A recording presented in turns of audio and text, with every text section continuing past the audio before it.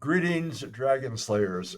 Uh, I am delighted today to have with us as a guest somebody who actually helped launch our first podcast on dragon slaying, but somebody I hope we can hear more of, and that's my son, Seth Bittker.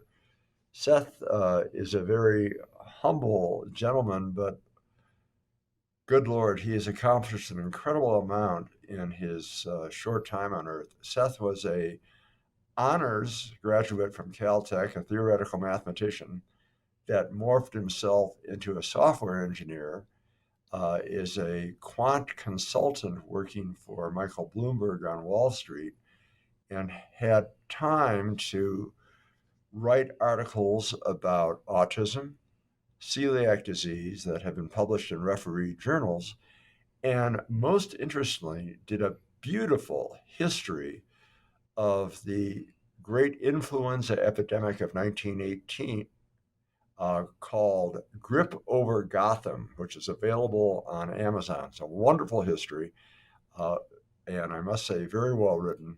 And I encourage you, if you want to see some good writing, good history about epidemiology, Seth penned it. Seth also, in his spare time, has pursued an interest in genealogy. And as we're talking about heritage, I just wanted to say one thing today. I know that we had talked about this before. Uh, we're witnessing a strange paradox in our country right now. I had the unfortunate experience of witnessing videos of people on our college campuses screaming death to the Jews and death to America. Now, that's kind of a silly paradox in that this is among the most tolerant countries in the world, and yet we see this happening.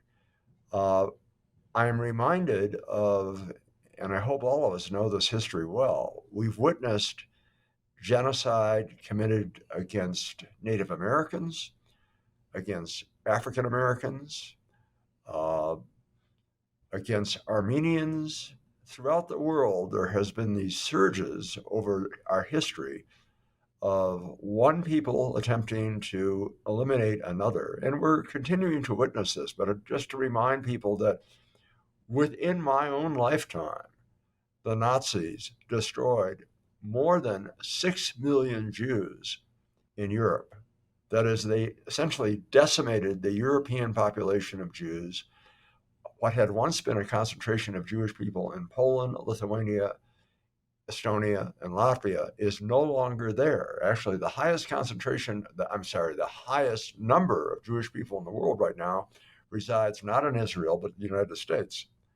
Uh, so this is indeed a land of tolerance, and we need to remember that.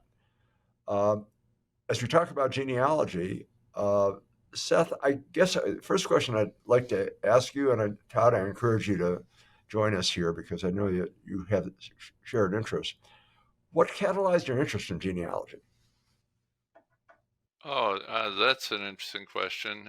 So first, thank you for having me on your podcast, you guys. I appreciate it.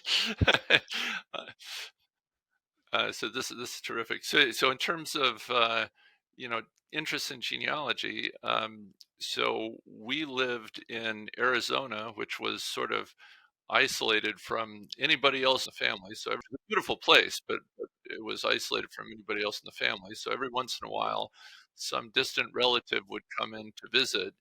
And the natural question was, how is this person connected to us?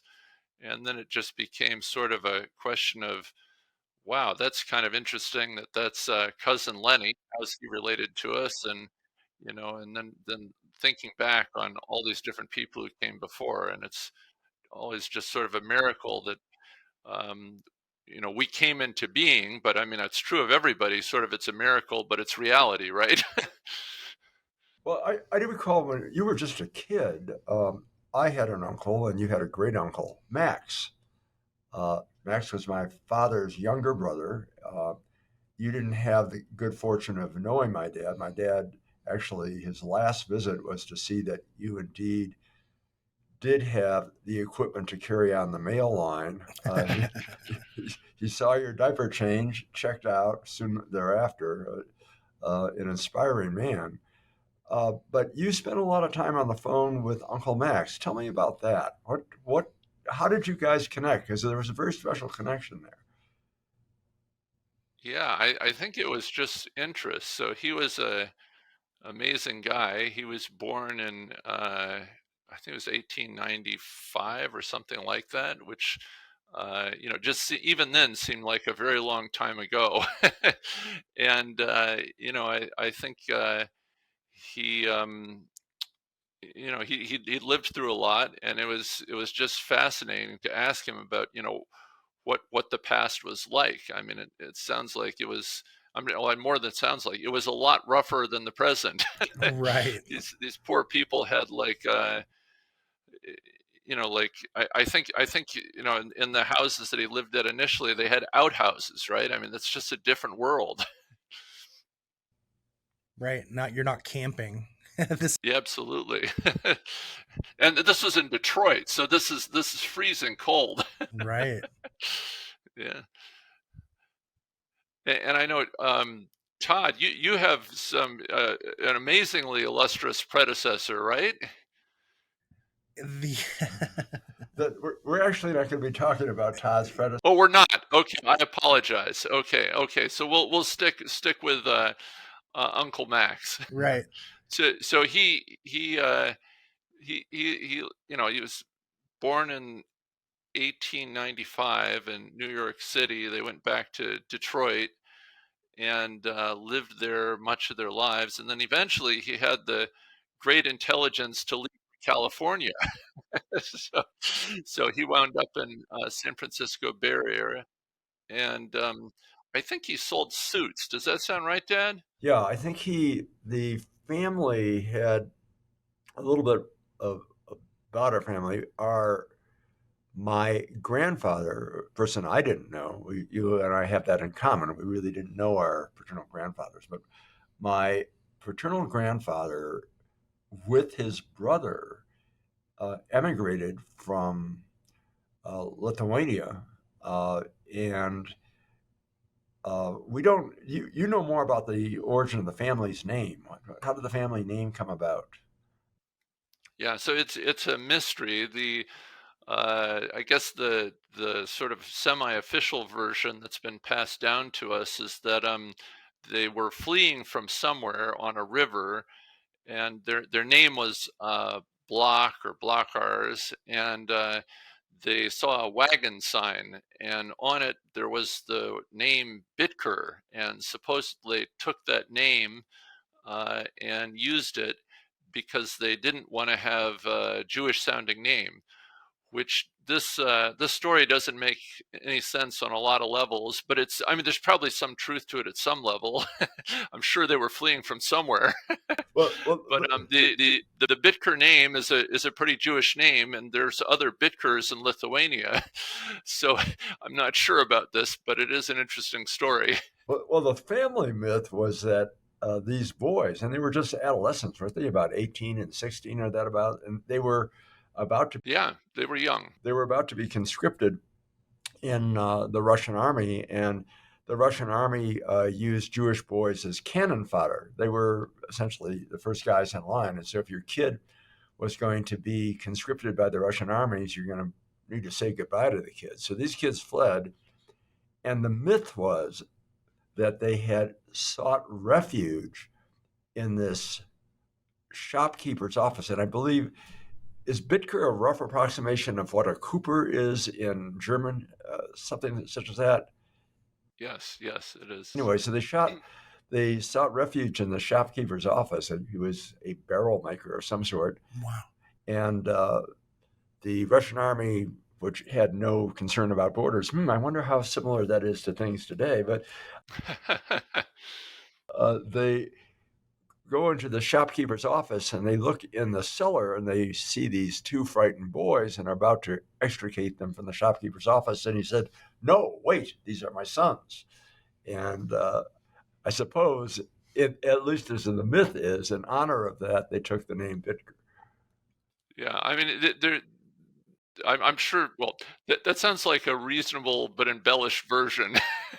We know that they lived in Aleksotas, which was a little bit south of Kovna, Lithuania, and we know that the oldest boy in the family, a guy named David Bittker or Blockars, lived in East Prussia, possibly on a farm there. And so, to your point, it's absolutely the case that the Russian army would draft these boys into the army at a very young age, and they'd keep them in the army for 25 years, which was effectively, and it wasn't like, they supported all sorts of what Jewish heritage in that Russian army, right? So it's sort of like losing your kid. And the rule was if you had one boy, you could keep him, but all the other boys were to be drafted into the army. So what they did is, as the kids got into, just pretty young, essentially, if you can imagine, the parents lived with the family in Alexotas. They needed to get them out of Russia, and so probably what they did is send them down the river to Prussia, where their brother David Bittker was, and then they immigrated from there onto the United States. So in 1880, we know that your grandfather, Elias Bittker, immigrated. And in 1883, his younger brother, Noam Wolf Bittker, immigrated. And then David Bittker and his family came over in, I think, 1886 or 7, something like that. So the younger brother came first then.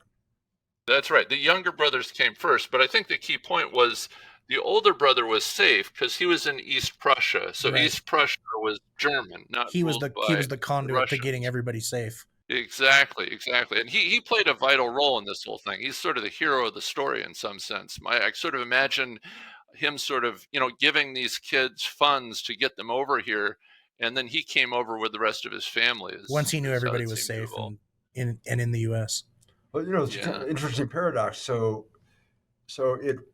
it was at that time that if anyone were persecuting the Jews, it would be the Russians, uh, and they did seek refuge in what later became Germany. Yeah, and well, it's interesting.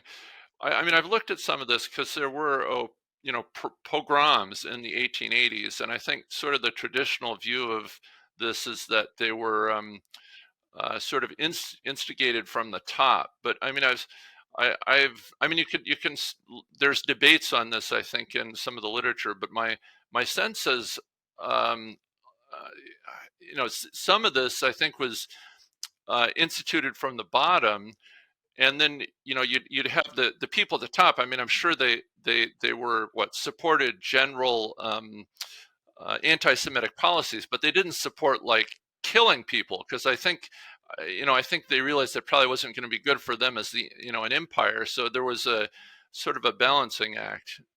But I mean, I'm sure it was a mess. It wasn't, and there were anti-Semitic policies, like you'd have to pay taxes, like taxes on candles or something that was specifically Jewish. But I don't think the idea was the Russian state probably didn't want to have all these people killed, because that just creates chaos. So let me ask you a different kind of question. So many in our family, if you look back, were people like tailors and craftsmen and others. And we had kind of the paradox, I guess, that David came from a family that had apparently land, correct? Well, I mean, that's a great point. So I'm sort of inferring that he had land in East Prussia. He became a farmer when he came to the U.S., so I really don't know if he had land in East Prussia. But one thing that is pretty interesting to me is the area that our forebears lived in, south of Kovna. Jews could own land, so it's possible that they had some land there. But there were rules in much of Russia that you couldn't own land if you were Jewish, and there's all sort of restrictions. But I think because that area was part of Poland, that there was some ability for Jews to own land if they had the funds. So other question is, what role did the Jewish initiation, for example, the bar mitzvah, play in the education of Jewish boys? I mean, it's a great question. I really don't know much about that. So let's see, I guess I can speculate, but Well, I guess I would imagine, I mean, one thing that's sort of interesting is, and this is a different side, but the whole thing with circumcision, there's like a official guy, I think it's a Sochet, is that right? Something like that. yes. The so the there that was a whole ritual, and there's a whole thing around that. Of course, that has nothing to do with education, but they recorded that stuff. It was important to them, right? And so like there are records on a different side of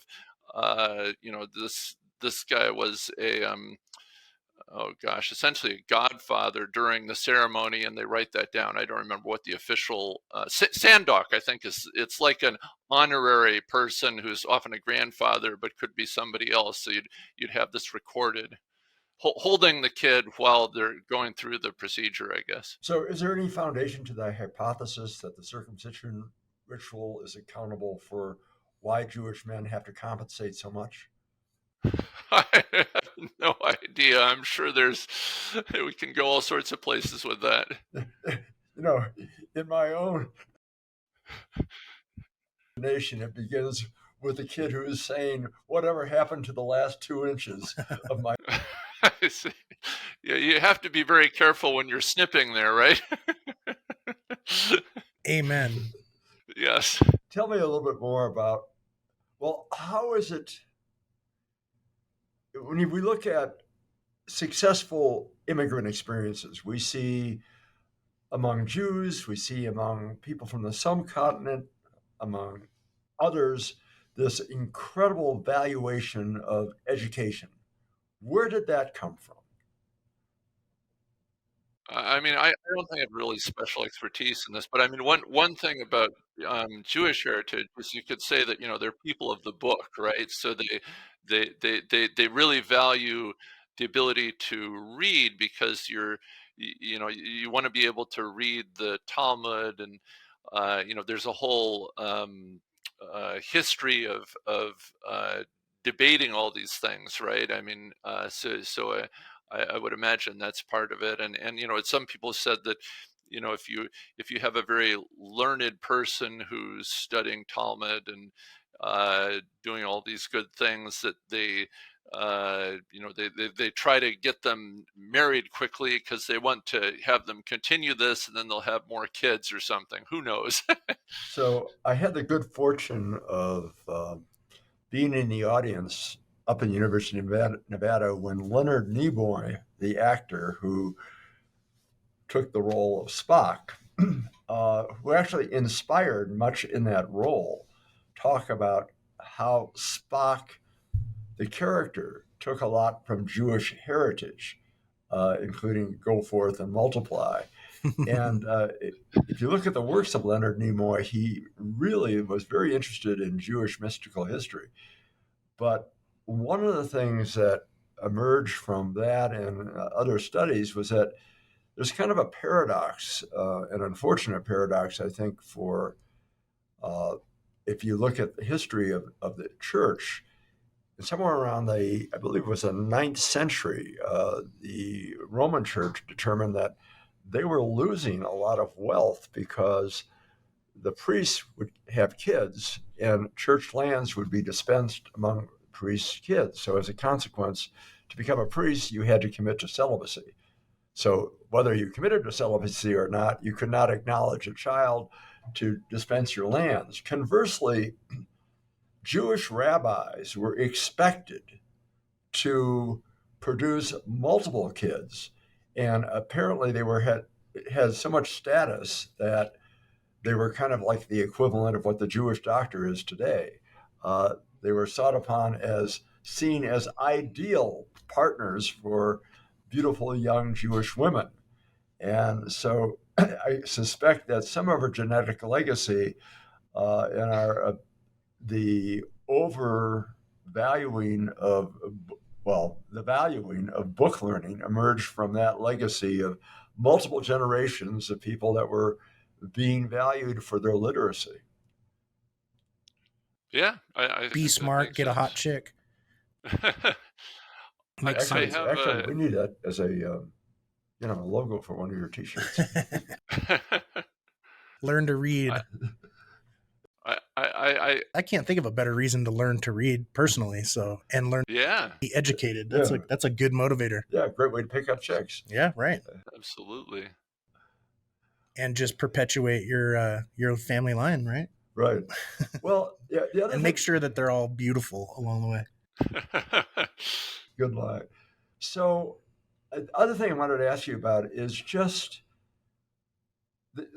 I see a lot of fascination about genealogies. People try to search for their heritage. In fact, right now there's an ongoing, very popular PBS show by, I believe, Louis Gates on roots, where we're looking at heritage.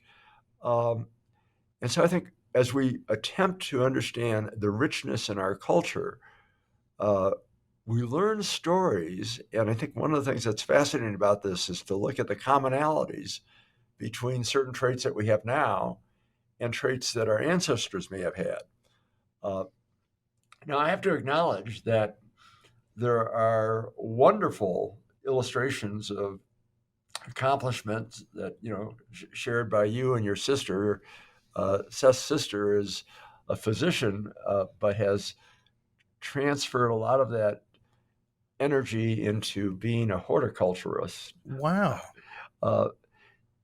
So that's actually super interesting. We need to get. Yeah, you could have her on. Yeah, absolutely. Yeah, that's so cool. I've been trying to conscript her, but she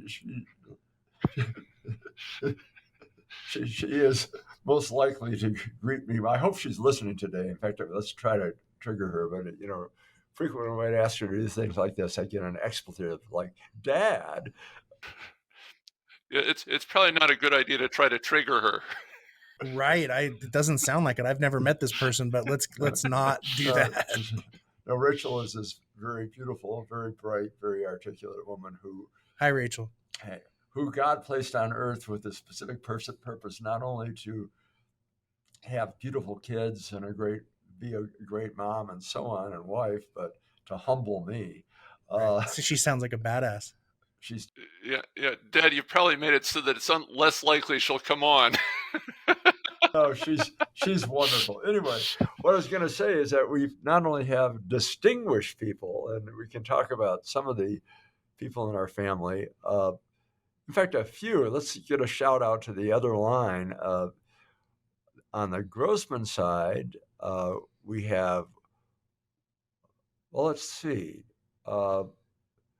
We've got one person, or actually a couple of guys, my mother's brothers, who were part of the Jewish mafia.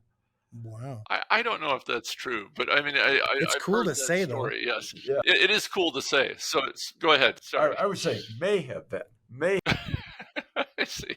But the son of one of those people was a very distinguished young man who was allegedly killed in World War II. He was found allegedly missing in action at the Battle of the Bulge, and he was determined to be dead. And his mother refused to acknowledge his death. She was convinced that he was still alive. And people would pursue her and say, you really need to let go of this. Well, she turned out to be right. Oh, wow, he was alive.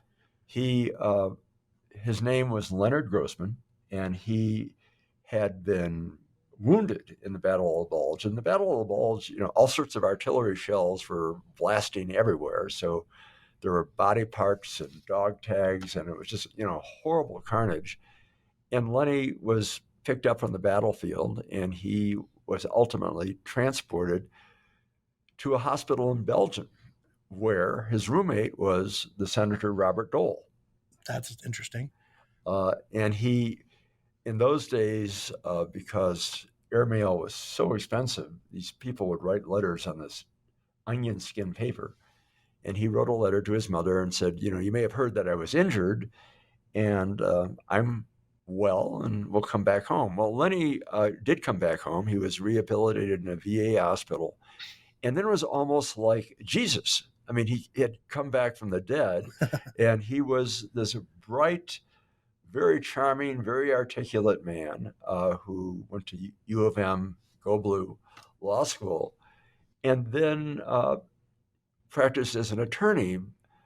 He married a widow, and they produced, she had actually multiple kids in tow, and they also had multiple other kids. But he was just a delightful fellow, and he was the kind of guy that would come by my house. And my mother, who was the aunt that survived her brother, would regularly have my cousins come over for meals.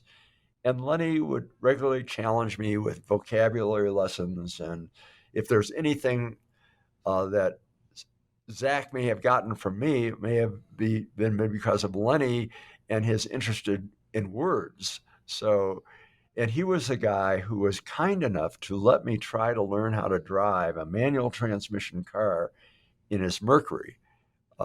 And somehow the car survived. Later in my adolescence, when I was going through my own developmental challenges, Lenny and his wife Audrey sheltered me. And I remember one summer when I was working, and I believe I was going to college at Wayne State taking a course in organic chemistry. Lenny lent me his T-Bird. Wow. He had a two-seated T-Bird, and he would lend this kid his T-Bird and trusted me with it. Wow. So Lenny lived up to the cool name Lenny. Oh, he was a very generous guy, wonderful person. But he was also instrumental in, where we have something in common. Seth's father-in-law is an African-American man named Napoleon Williams. And Napoleon, who also, a bit like Rachel, is a very distinguished guy, but shuns the spotlight, right, was instrumental in supporting civil rights legislation. And actually, as an attorney, he bootstrapped himself from being an impoverished kid in Tennessee to getting into Harvard and becoming a very distinguished attorney working in behalf of civil rights, actually part of Thurgood Marshall and others' efforts in civil rights. So Lenny, not even knowing about Napoleon, himself had been instrumental in advancing civil rights in Detroit, and actually was one of the founding members of the Michigan ACLU. So, that's one heritage from one side of the family. From the son of somebody who allegedly was an enforcer from the Purple Gang, but you say that is probably not the case. Yeah, I don't think so, but I don't know. I think we asked Lenny about this, right? I thought he said they knew the Purple Gang, but probably weren't of it, something like that. Well, I don't know. I think if you're a Jewish kid growing up in Detroit, where God knows things were quite challenging, you'd want to have it known that you were wired into the Purple Gang. I'm sure that's part of it, right? Yep, that was my grandfather on my mom's side. He was not in the Italian mafia, but man, he would let you believe that he was. No kidding. It may be the same thing. Yeah, he was a cabbie, and he took in Brooklyn. My dad, and my dad said you could tell he was a poser if you really pressed him, but from outwardly he looked like he was down with the mob. No kidding. I do recall as a kid, I had, and part of that is in the book Dragon Slaying, that Seth's son, Zach, wrote this neat autobiography of me, or biography of me. And in it, I spent a summer as a lifeguard in New York City. Right. And I would, actually outside of New York City on Long Island. Long Island. And Yes. Long Island, yes. But I do recall that at that time, the safest place in New York was Little Italy, because no one wanted to mess with the mafia. Nope. Yeah, my mom's parents both came over, one from Naples, one from Sicily, and she was born. My mom grew up on Flatbush Avenue in Brooklyn. Oh, no kidding. Yeah. Wow. Which is now my daughter-in-law grew up in Brooklyn. And then yes, there's a lot of people who grew up in Brooklyn, Dad. So that's not that unique, huh? Okay. Shout out to Brooklyn. But that's terrific. Todd, did you want to mention some things about your mother's side, or oh, my mom's side is pretty cool. My mom's side's cool because it's just a bunch of Catholic Italians that came over in, I'm not exactly sure when, but I know that it was my mom's parents, my grandparents came over and set up shop in Brooklyn. And then the entire family over the course of the next 20, 30 years made their way out to the West Coast. So they're now all in the Bay, Petaluma, California, places like oh, great. Their family over the course of my mom's lifetime has migrated out to the West Coast. So now they're from, they're from New York. They still all have the accents. And I'm like, oh, you guys have been in California for 30 years. Like part of their identity though. So what's your mom's maiden name? Bergamo. Oh. The Countess Bergamo from, I believe, Sicily in Italy. Wow, that's great. Cool genealogy. We've never really dug into it. My grandma on my dad's side did all kinds of research, so there's more info. But yeah, I'm fascinated now. You guys are making me want to just dig in and try to learn some stuff for sure. Well, yeah, there's all sorts of opportunities now. All the records and the DNA. Right, it's pretty amazing. Right. So on Seth's maternal side, his maternal grandfather was an esteemed social psychologist who was an elite tennis player, and he played on. Didn't he play in the University of Iowa tennis team? I don't know. I don't think he was an elite tennis player, but it's nice to say. Well, he was a damn good tennis player. He was athletic. Okay. Yeah, and I think some of you, I'm pretty sure that if I looked at what 23andMe has to say about my fast twitch fibers, which are actually fairly sparse, whatever athletic activity I did was mostly endurance based. Right. But from your side, that's where you get all your wonderful athletic skills. Seth played tennis and was on the number one tennis team as a freshman in Arizona, but decided to concentrate on his studies instead. But it was true. It was the number one tennis team. I think it was something like 8th on it. so it was not that impressive. Are you still in AZ, Seth? No, I'm in Connecticut. Oh, gotcha. He aspires. Yeah. But Arizona is beautiful. It's most beautiful place I think I've lived. I mean, California is beautiful too, but yeah, Reno's pretty cool when you get out in the rural areas. It reminds me a lot of Arizona, actually. Yeah, it is amazing there. Well, actually, you guys have a great life. Yeah, well, Reno what inspired me about Reno is very much like where Seth's grandparents lived, was Aspen, Colorado. Right. And yep. Snow-capped mountains surrounding everything. Yeah. Art festivals, all that stuff. Very cool. What is the piece about Charlemagne in your maternal family history? I don't know. I mean, I think there was some tree that I saw somewhere which seemed to indicate some connection, but I'm not sure if I believe the tree anymore that I saw it on. So, I mean, I guess you could say that pretty much everybody from Western Europe is descended from Charlemagne on some side. I mean, I'm sure if you accept what people of like Jewish heritage or other heritage that's not Christian, but I would guess that a huge proportion of the what the people from Western European traditional heritage probably have some descendants from Charlemagne. So when Seth was about 15 years old is when I learned the true meaning of humility, because I thought I was a pretty decent basketball player. But at that age, he was getting boards from me and was a fairly fierce basketball player. In fact, one of the great joys of my life is when Seth was living in Hoboken, New Jersey, we would play 2-on-2 basketball with some of the kids in Hoboken, and occasionally won games, as I recall. These were the 6-year-olds, right? Well, You're dunking on them on the short rim. Right. they were terrified of Seth. Are you tall, Seth? I am. I'm 6'5" or so. 6 There foot you 6. go. So Yeah. you didn't really have a choice about basketball. That's right. Did you play a sport, Todd? I played football in high school and then was injured and then decided that Nintendo and stuff like that was way cooler.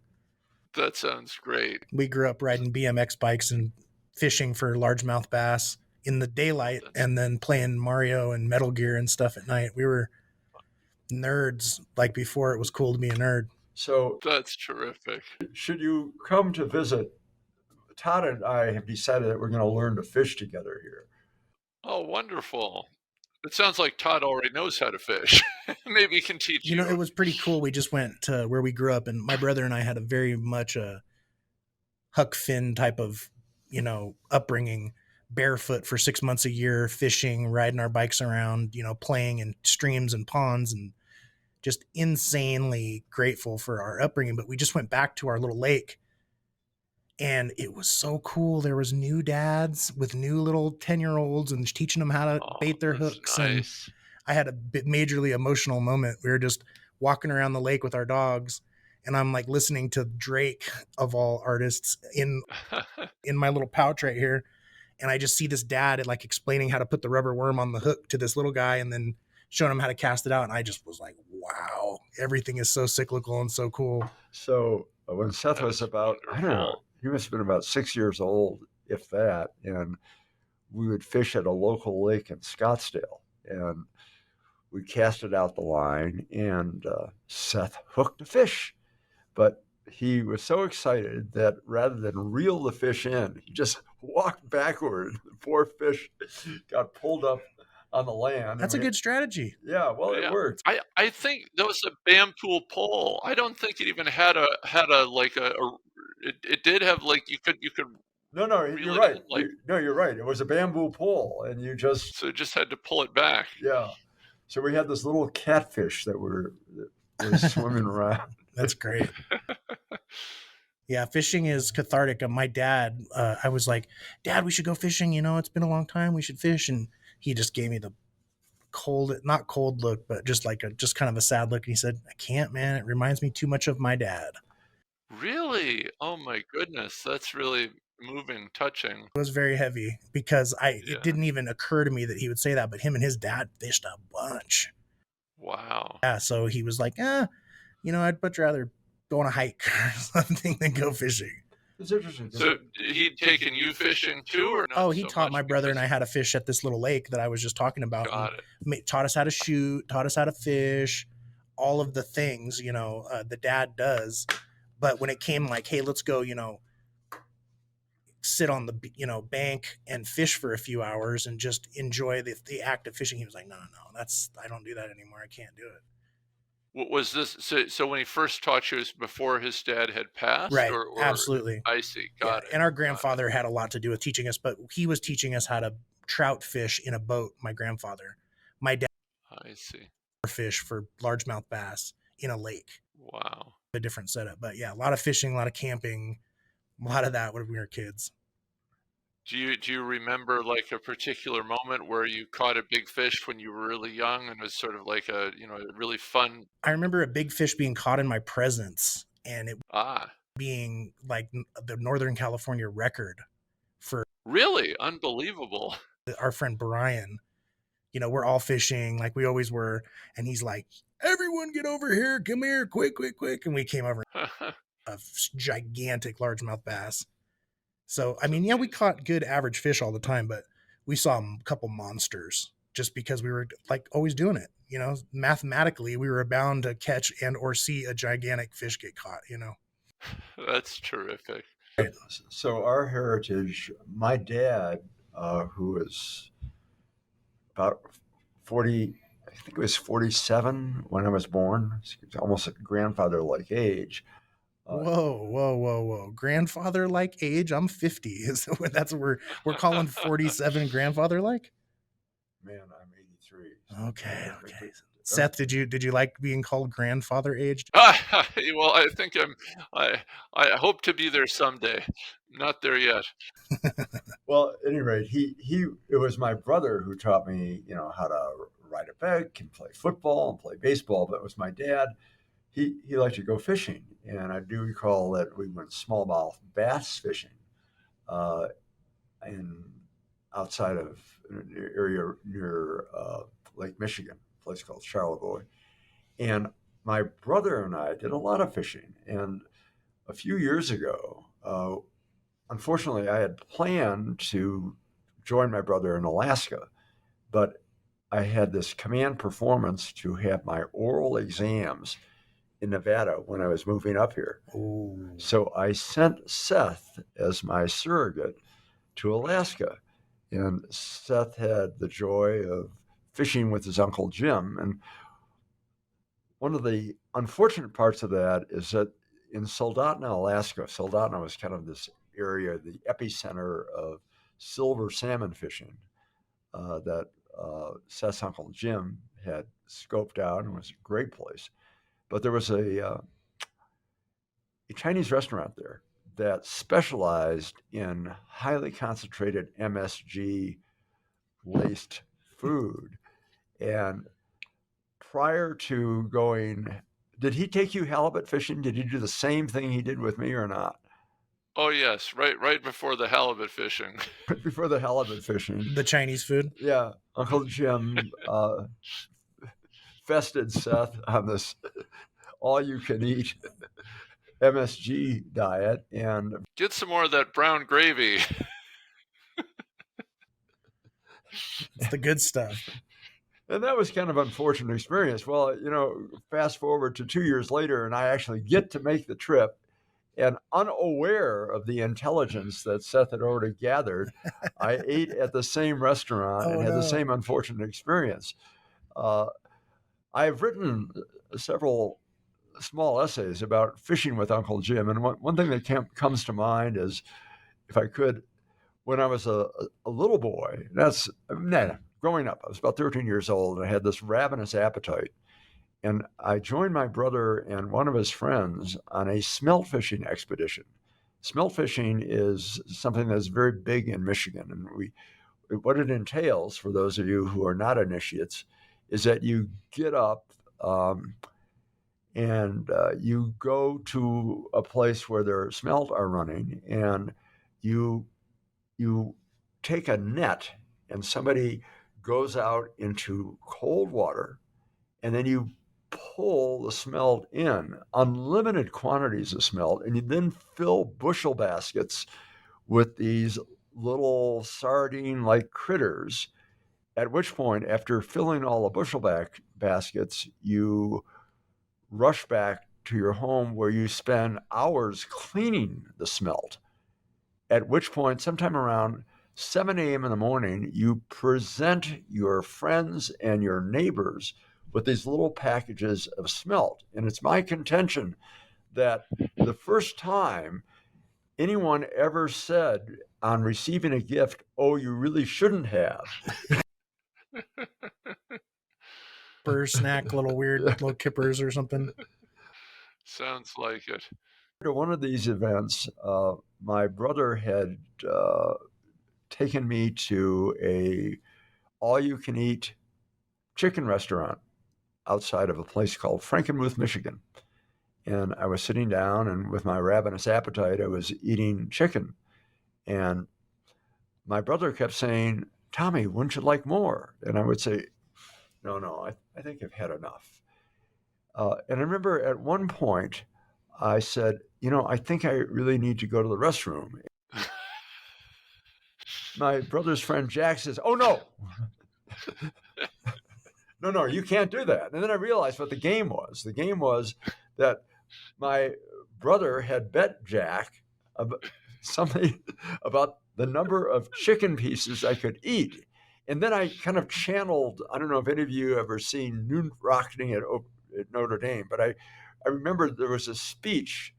I don't know who played Newt Rockne at the time, but there was a speech about Reagan, right? No, Reagan played the Gipper. I don't know. Oh, the Gipper. Okay. but it was win one for the Gipper. So I was there eating chicken pieces to win one for the Gipper, so my brother would win his bet.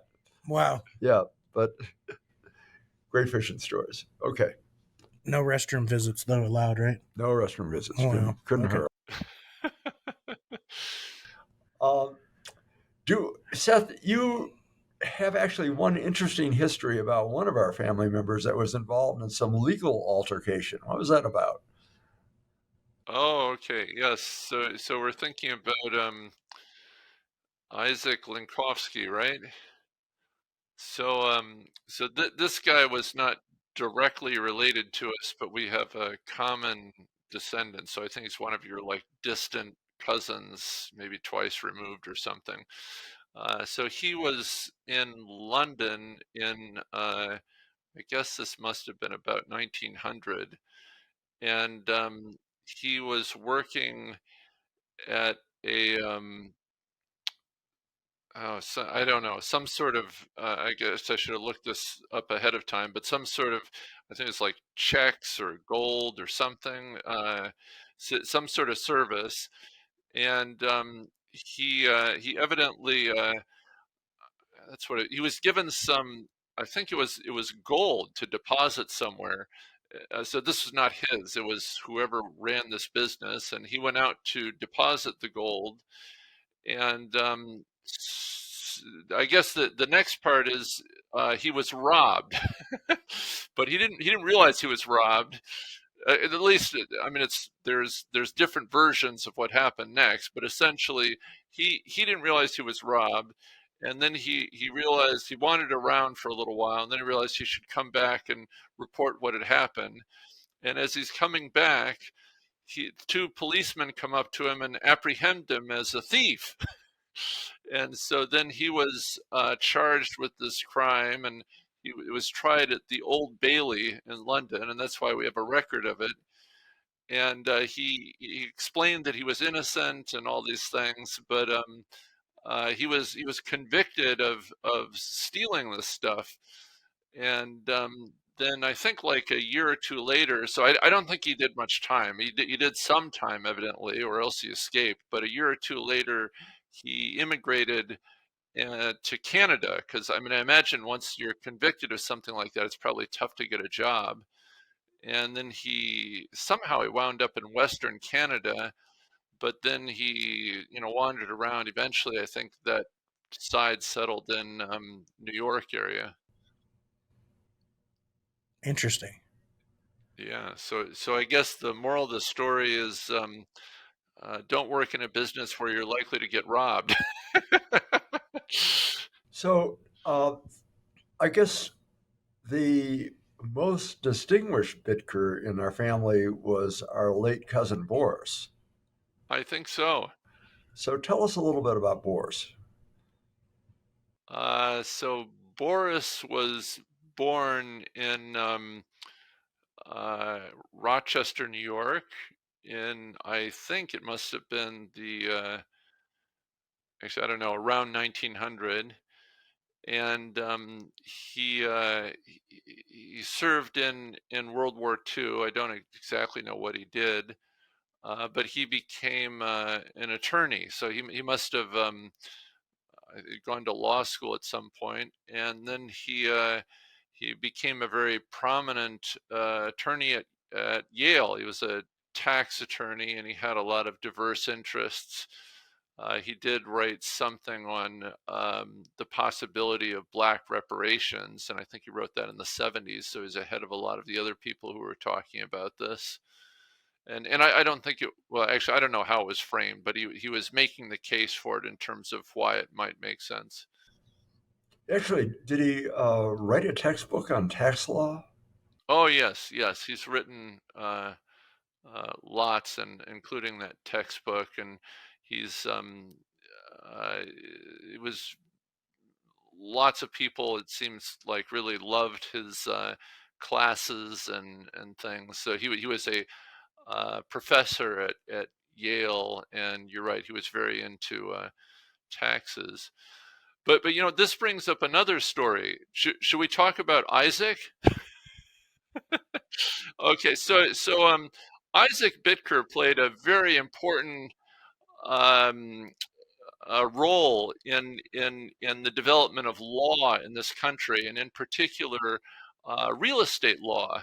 So Isaac Bittker was something of a wheeler dealer in Manhattan in the early 1900s, very early 1900s, and apparently he stiffed a real estate broker out of their commission, and this went all the way to the Supreme Court, and Isaac lost. So he established the precedent that real estate brokers need to be paid their commissions. Wow. So that's the wow. That's so interesting. Yes, yes. So are you going to help me, Seth, do some research on both sides of my family? I would love to, Todd. You know what's I think it's Make sure you said yes. Like, that's right. So now it's like with Ancestry and these other sources, it's very efficient and yeah, you just point me in the right direction. That's right. I'm intensely interested suddenly. I'm like, you guys are making this sound so cool. So when Seth was a youth, we would frequently go to the grandparents' home in Colorado. But on the way on one of our trips, we stopped at Salt Lake City, where Seth accessed the library of the LDS Church to do some genealogy research. Yeah, I think there was one in Mesa, so that was the other thing in Mesa, Arizona. That was the one that was more that was one that I accessed mostly. Okay, but you did visit the one in Salt Lake. I saw it. I really didn't do much there, but I saw it. Yeah. One of the things that's kind of recent nowadays in terms of genealogy is the whole DNA thing, and in particular, there's some services out there that can now help you get DNA off of like postage stamps. Oh wow! So at some point, I might send off some of these letters, like you were mentioning Uncle Max. Maybe we can get them examined from one of these forensic genealogy firms. So before we close, I think you have one wonderful story. We did have some cousins, young men at the time, who were part of the French resistance.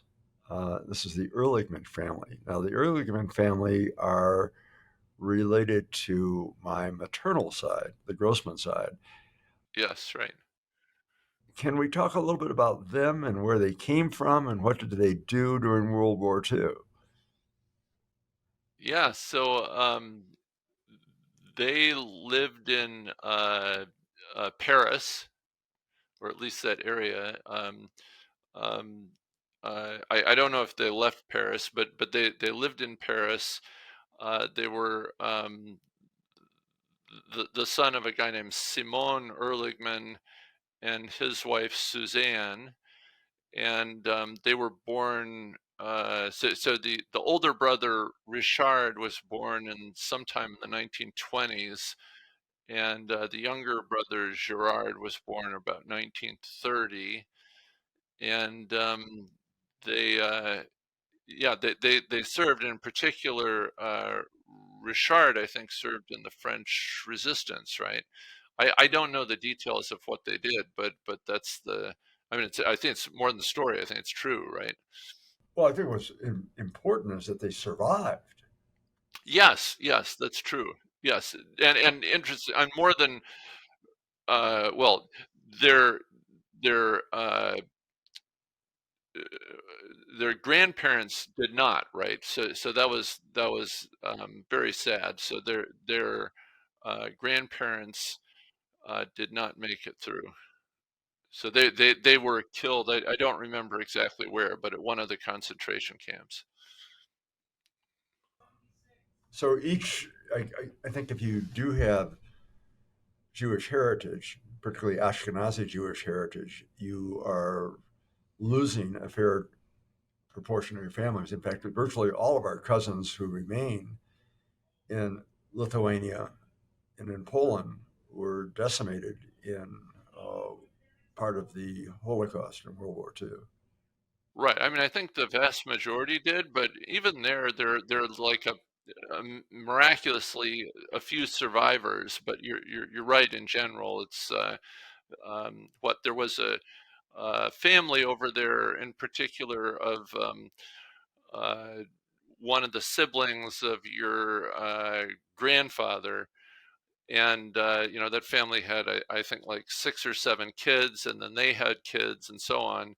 And maybe just 1 or 2 people from those families survived. So it was not a lot of people, but some people did, which is, it's moving and story that for those that did, obviously. Miraculous. Yeah, exactly. I think it really relates, and one of the reasons I'm most proud to showcase Seth's work is that uh, if you're part of any minority group that has been targeted, you relish these heroic stories. And if this is about heroic self transformation, we have several wonderful illustrations. Well, Seth, if I could, I'm very appreciative of your sharing time with us, and I'm sure our audience would appreciate hearing more from you because you are a font of wisdom. One of the great things about being your father is I can just stand back and applaud. You have done your own heroic transformations and have just done a wonderful job of optimizing what talents you have. And you are just a truly remarkable person. I think our audience would benefit from hearing much more about your wisdom and your observations. And one other note, we still haven't talked about the great flu epidemic of 1918. So we'll have to save that for what remains of your audience for next time. well, well, well, thank you, Dad, and thank you, Todd. well, for all you dragon slayers out there, we look forward to hearing from you next time, and we will add an additional installment next week. Todd, glad to have you back with us. Yeah, thank you very much. Okay. Be well, Seth.